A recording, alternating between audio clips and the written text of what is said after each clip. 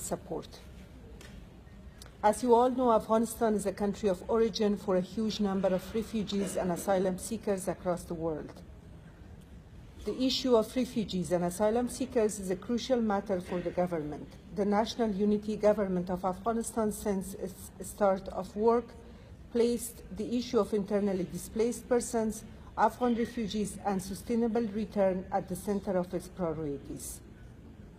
The government has pursued national and regional efforts together with our relevant international partners for a viable and long-term solution to the plight of Afghan refugees, with a special emphasis on voluntarily and dignified return and sustainable reintegration.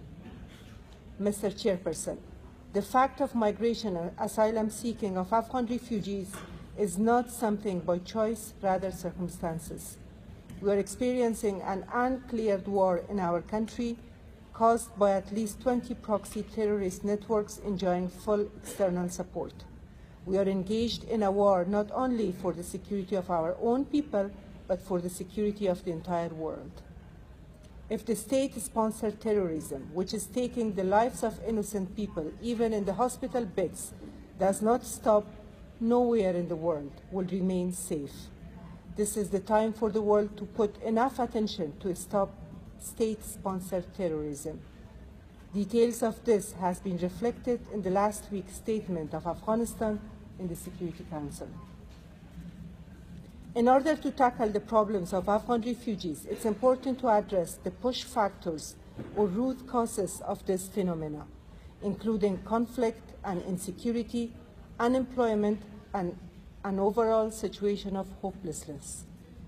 We need the attention of our international friends to support the peace process of Afghanistan, but by all means, and also to fulfill the commitments made in the Brussels Conference on Afghanistan last year.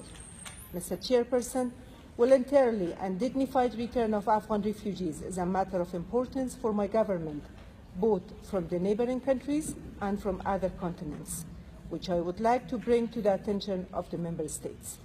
A comprehensive return of the refugees needs a meaningful and sustainable reintegration to the society, which requires the support of the international community for both humanitarian and development programs of the government of Afghanistan. Meanwhile, let me emphasize that we do want our citizens, especially the young generation, whom we count them as an asset, stay home and be part of the development of their homeland. To this end, I encourage all donor countries to grant more financial resources to UNHCR